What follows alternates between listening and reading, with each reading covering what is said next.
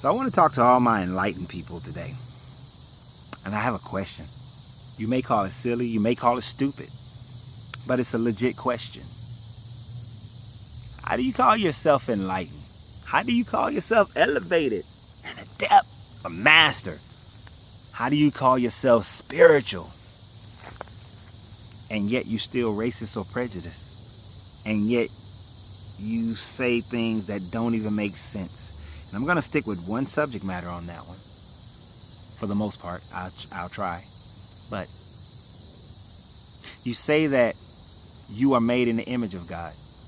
You say that God is love.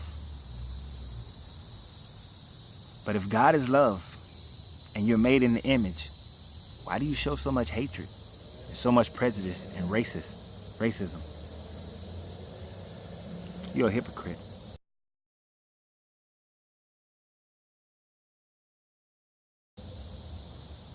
So what's up, everybody? How you doing? This is your Coach Renz. I want to thank you for joining me on the 360 degrees of your life. If you're finding me for the first time, go ahead and click that subscribe button, hit the bell icon, and continue to subscribe to the channel. I really appreciate it. You know, we're almost at 5,000 subscribers on YouTube. Let's see how quickly we can get there. And I appreciate you guys for helping me get there. So look, I was having a spiritual moment earlier today. And then I was sitting here out in nature. I was watching this cardinal, just being a cardinal, living his life. Bright red. He's already found his mate. She over there chilling. This ain't got nothing to do with what I'm talking about today. But as I sit in nature, I watch nature just be nature. The tree is just being a tree. The cardinal's being a cardinal. The male cardinal, bright red in his color, builds a nest. Female cardinal thinks that he's a winner, go-getter, good dude. She comes and lives in a nest. They have an egg, produce it. They continue their cycle of life. They continue doing what cardinals do. All of that is love. Doing the cardinal, doing what he does is love. The male cardinal, the female cardinal is doing love. These trees, they're sitting on rock. They found a way to live in rock, to get their roots in rock. They found the cracks, and they live, and the cracks don't mind. And the tree, as the Indian saying, the Hopi Indian saying goes, no tree is so foolish that its branches compete with themselves. Every branch, it grows in such a way that it reaches out and grabs the sun for itself. Every root reaches out in such a way that it grabs the water for itself. It doesn't supersede over the other roots. It doesn't supersede over the other branches. It all just goes and get what it needs from the sun and from the water. Interesting about the sun. The sun shows complete love because not one time has the sun looked at the earth and said, "Earth, you owe me. I come to you every day. I rise up every day on each side of you. I let you circle around and I give you my rays of sunlight. You see me every day. I sit here and I burn for you. I give to you all this that you need in order to sustain life on your planet. You don't have a tree without me. You don't have photosynthesis without me. Life on Earth doesn't exist without me. I'm here. I'm the sun. I create your weather patterns. I create the evaporation that creates the cloud coverage that allows for rain to flourish. And the water say, yeah, son, you do that. But I also move in the currents. I move the currents around. I allow for oxygen to flow and for the carbon dioxide to be released from all the plankton. And plankton say, yeah, because I'm breathing out that carbon dioxide. That's pretty much about 60-80% of the oxygen out there. The water just looks and just does what it does and said, and the water said, at my deepest level, what you, sun, cannot reach. I allow for a volcano I allow for magma to come up and these flints to come out so that life lives without sunlight. So yeah, you provide a lot of life, but I'm providing life too. Yeah, that's what the water says. The water tells the sun and the sun tells the water. And they're both doing the same thing.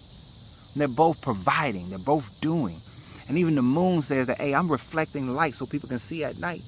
I'm reflecting light and I'm turning in such a way so that people can measure out the seasons. Yeah, I'm sitting up here, I'm moving the tides of the earth on the water. I'm affecting you, water. I'm moving your tides. I'm helping you to create that flow of water around the planet. And all these things are doing their thing. And not one time does the sun say, earth, you owe me. Not one time does the water say, earth, you owe me. Not one time does the moon say, earth, you owe me. None of them say you owe me. They just do. They just show that love by doing and being themselves, being what they were designed to be. None say you owe me. None say that, hey, sunlight, I'm better than you. That's what the water said. And the moon said, hey, moon, hey, sun, I'm better than you. And the sun doesn't say, hey, I'm better than all y'all. They just do what they do, and they do it together. The sun knows that without the water, life don't exist here. The water knows that without the sun, life doesn't exist here. Both of them know that without the moon, that there are certain elements that occur that help to create and flourish life here, doesn't happen here. And there's so many other elemental things that happen, so many natural things that happen that can say, hey, I played my part. I played my part too. The wind plays its part. The land plays its part. The tree plays its part. There's so many that play their part like one big organism working well together throughout our entire solar system, our galaxy, our universe, all working together, providing whatever they provide and working with one another. But we call ourselves enlightened. We say that we are the enlightened ones, that we are a power above the sun, a power above the water, power above the trees. We can cut down trees. We can dry up the ocean. We can tear up the ozone layer. At some point, we can blacken the sun. We'll be able to blacken the sun. We have all these reasonable powers, these reasonable things, because we're supposed to be created in the likeness of the unified mind, the universal mind, the grand creator, the grand architect of the universe. We're supposed to be, in the likeness of God, or whatever name you want to call it. I don't like the naming of it. As the Tao says, the way that can be named is no longer the way. Can't put it in a box. But we're supposed to be made in this image. But yet, we label each other. I'm black. And since I'm black, I don't have any RH genes in me. Since I'm black, from African descent, I don't have that 1% to 4% of Neanderthal. And since the Caucasians got that Neanderthal, they're a different species, so they're not even human, so we ain't got to accept them and act like they got a soul. But wait, that's what they said about black people no more than 200 years ago, that you didn't have a soul, that your ancestors didn't have one, so they can treat you however they wanted to treat you. Oh, my bad, I'm not African descent, I'm native to America. Let me now create another separation to elevate myself over somebody else. And then at the end of the day, I go back and say, I believe in a God of love. Or I believe that we should all just love each other. I don't believe in a God, but I believe that we should all just love each other and treat each other as brothers. But yet, I can treat you as my brother because you have same melanin that I have. But I can't treat you because you got Neanderthal in you. I can't treat you because you got some RH gene in you. I can't treat you because your ancestors they weren't enlightened enough to understand that we are all connected to one another. And when I say all, I'm not talking about just humans. That cardinal is connected to me in a way that I don't fully understand. And I may not fully know it, and I may never fully know it. But I know that that cardinal is connected to me. When I watch that cardinal, he stands guard protecting the nest. I stand guard and I protect my family, protect my home. When I watch that cardinal, he builds a house. So I have to build a house for my family. When I watch that cardinal, he's not ashamed that he's bright red. Matter of fact, he lets it be known that he's bright red, so that he can have in life what it is that he's destined to have. So I got to let it known that I am Coach Renz, that I have nothing to be ashamed about. There's absolutely nothing for me to cower myself down about.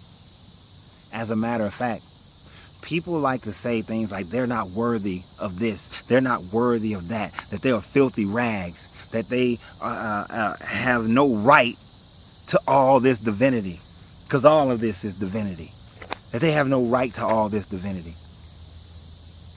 I want you to think about something. I'm a parent. I instill everything great and good that I possibly can into my children because I know my children are from me. My children come from me. So when my children say that, oh, Dad, if they said, Dad, I'm not worthy to have greatness, Dad, I'm not worthy to buy a house, I'm not worthy to have these great things in my life, I'm not worthy to say that I went out and I did something, I built something, I did this, I did that. I'm not worthy. I'm a filthy rag unto you, Father. But you came from me. And if you came from me and you're saying you're not worthy, then you're saying that I'm not worthy. So if you believe you came from the infinite designer, infinite knowledge, infinite wisdom, if you're made in the image of whatever you call God or divinity, and you say you're not worthy, that you have no value, then you're saying that your father, mother, son, whatever you want to call it, has no value. You're saying that your creator has no value. Because if you're of your creator, then your value is the same as your creator. You are, even if you're just a sliver, then that sliver has so much value that is beyond your ability to say that you are loathsome or you are filthy. You're only filthy because, like in the Taoistic way and in the Buddhist way, they teach that there really is no sin. It is like looking through a glass window that has dirt on it. Clean the dirt off, and the vision is clear, and there is clarity. It is not that the dirt is a negative thing. The dirt has its purpose. Maybe the dirty window keeps people from seeing inside, keeps people from taking advantage of you. But a clean window allows you to look out. They both serve their purpose. They both serve their purpose. So, you may not do everything right in life because everything doesn't work out well for you. But as long as you think you're not worthy of it, of course things aren't going to work out for you. And then as long as you put that blame onto someone else and you create division and separation between you and everyone else, when you continue to say that these people are not divine because of the skin color, they're not divine because their genetic makeup may be a slightly difference here and there,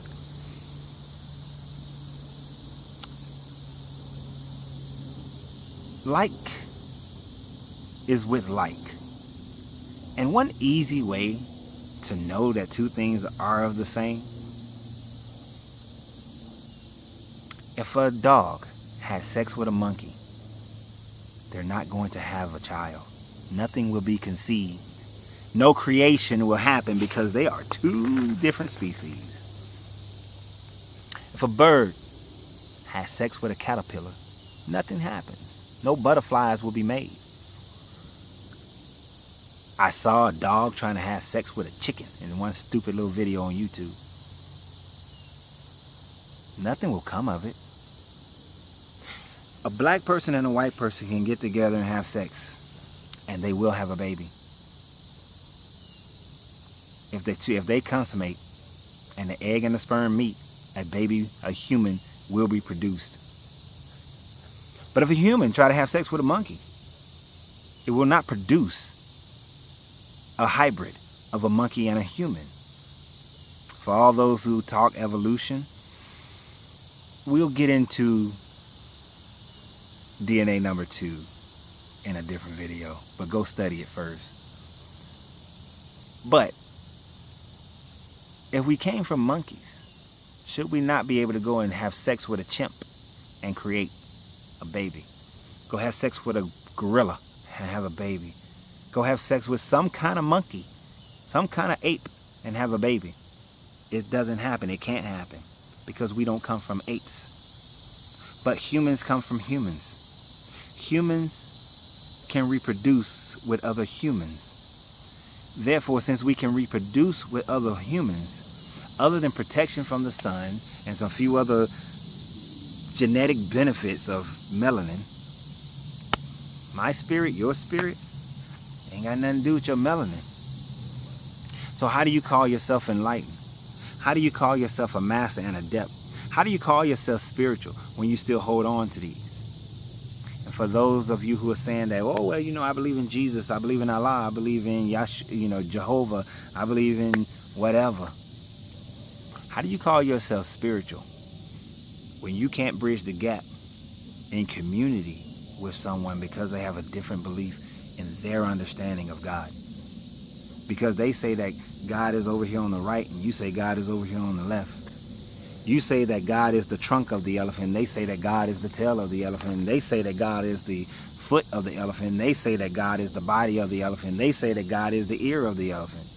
They're all talking about different parts, but it's all an elephant. 6 blind men looking at different parts, touching, feeling different parts of an elephant, but it's all still one elephant. It's not separate.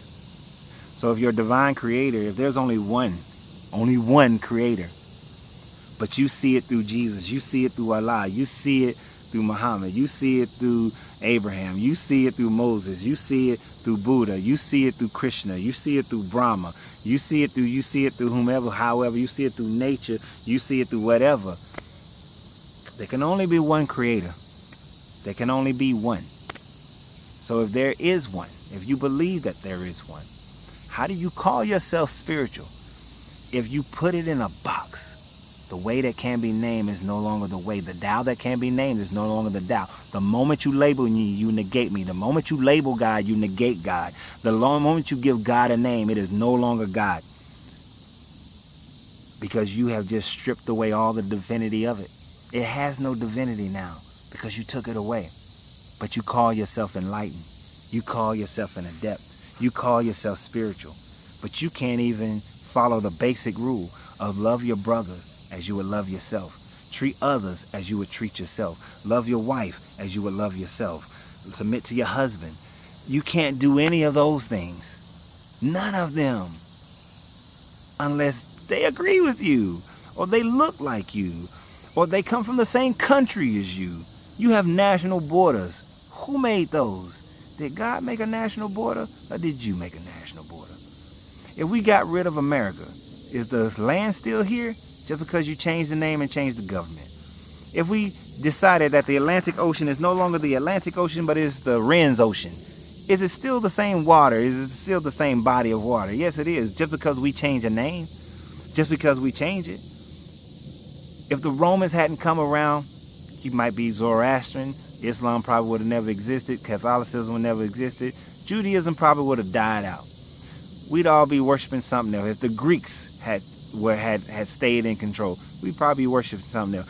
If the Egyptians, the Kemetics, had decided that they were going to launch their offenses and they they got into the Roman war machine, then we'd all be worshiping, Heru and Asar and Pita. We'd all be worshiping totally something different, something else. Life and history would change, but life is being, and history is written by the victors. And those victors have said the Abrahamics. Those victors have said the Hindi. Those victors have said the Buddhists. Those victors have said the Tao. Those victors have said Shinto. Those victors have said whatever they have said in their land. And everybody stands strong as if they are the only ones that's right. You call yourself enlightened. You call yourself an adept. You call yourself a master. You call yourself spiritual.